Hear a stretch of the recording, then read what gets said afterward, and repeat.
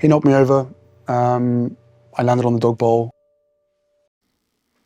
This one's wife, Class versus Crass. Why? She does not get it. Hello, I'm H.G. Tudor. There have been two events in recent days that has provided you with an excellent opportunity to compare and contrast the two behaviours of individuals who married into the royal family. The first is Catherine, Princess of Wales, who, as patron of the All England Lawn Tennis and Croquet Club, attended Wimbledon for the purposes of presenting the trophies to the runner-up and the winner of the men's tennis final. This other event related to this one's wife being a tag-along, essentially drinking in the success, in inverted commas, of her husband in relation to another bought award, when he was there to receive the Pat Tillman Award at the ESPYs, and she was there to make sure she basked in his reflected glory and drank up all of the associated fuel associated with that.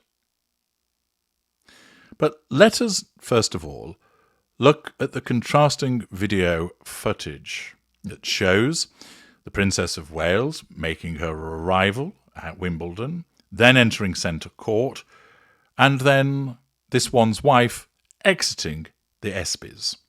Here comes the footage.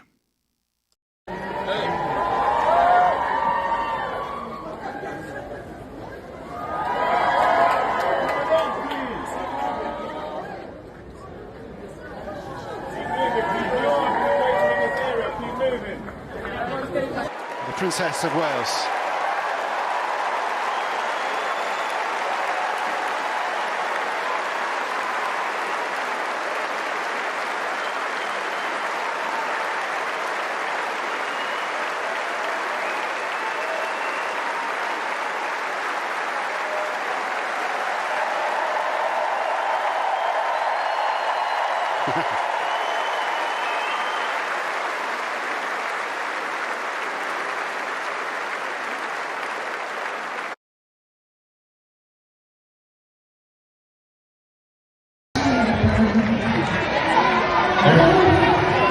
Everybody's pointing to you.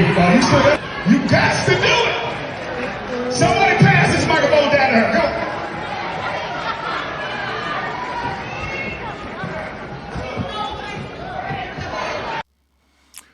Let's break down what we see. The first piece of footage shows Catherine arriving. She's walking along a walkway. She's there with her daughter, Princess Charlotte, and presumably some officials associated with the All England Lawn Tennis and Croquet Club, or perhaps members of her staff. Either way, you'll note that as she walks along, there are various members of the public on a balcony above and in some form of courtyard below.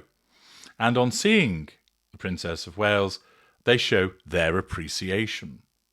Now, the Princess of Wales isn't a narcissist. She's an empathic individual whereby her behaviours are governed by emotional empathy. Her empathic traits are stronger than her narcissistic traits. She does have narcissistic traits, but she does not have a pathological need for control. She doesn't need fuel. She doesn't operate by character trait acquisition. She isn't there to obtain residual benefits. She will enjoy attention, as non-narcissists enjoy and in some instances need attention, but not for the reasons that a narcissist does. And you'll notice that as she walks along and she hears the cheering, she acknowledges people by giving them a wave. She doesn't stand on the walkway, punching the air or holding both hands aloft. She keeps walking and talking to the people that she's engaging with before turning and giving another wave. Therefore, she doesn't drink it in the way that a narcissist would. She continues to show her emotional empathy for those around her by continuing to talk to them, not ignoring them for the sake of the crowd. But nor does she act in a haughty manner towards that crowd. She acknowledges them and gives them a wave, as is what they've come to see and thus what they enjoy. Thus she demonstrates her natural ability to please those around her and do so in a way which isn't self-absorbed or self-obsessed. You then see as she enters centre court, and such is the regard for which she is held, Charlotte walking behind her, and her sister, Pippa Matthew, that she receives a standing ovation. This is demonstrative of the high regard that Catherine is held in. You can see the various members of the crowd looking towards her, smiling, and she looks around, giving a smile, a little wave. No rictus grin, but a genuine response. Flags are waved, cheers are heard, and then seats are taken.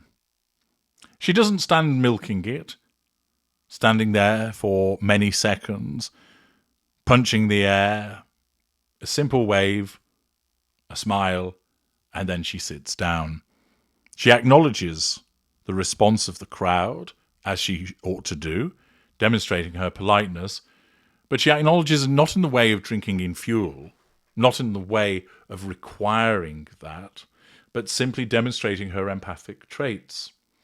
It also shows the way that she enters elegantly, that she looks to others to make sure they've got their seats, and then gives that smile before sitting down. You can see that people are enthused by her attendance. The whole of Centre Court welcomes her, pleased to see her, demonstrating her popularity. And then, of course, we have this one's wife, who was only at the ESPYs because her husband was there, thus once again demonstrating her tag-along status.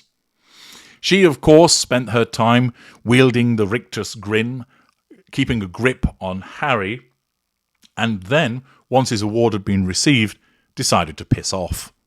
There was no point hanging around. Her narcissism deemed there was nothing more to be gained from the ceremony. Why hang around and see other people getting their awards? They don't matter. They're just the plebs. She is this one's wife, all important, all conquering, there to be seen, and now she had been seen, purpose served, award received, footage obtained, cheers occurring, and therefore in the circumstances, it was the case that she didn't need to remain. Ordinarily, common courtesy would dictate that you would stay for the purposes of ensuring that other people were applauded. It's not as if she had somewhere urgent that she needed to get to. What does she do? Scroll through social media? Maybe she needed to get back to do that. Perhaps she had some jam on the go. Maybe that was boiling in the kitchen at Monty Shit Show, and she needed to get back to ensure that the latest batch was available for Nacho to flog on her behalf.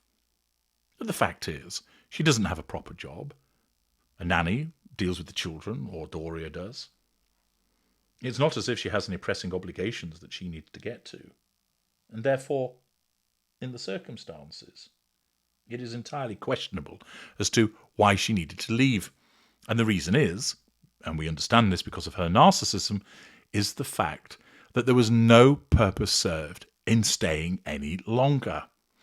Thus, you contrast the courteous way that the Princess of Wales deals with people on her arrival and her entrance to the Centre Court, whereas this one's wife departs, and as she does so, she's rude to the other recipients of the awards, rude to the audience, rude to whoever is performing on the stage.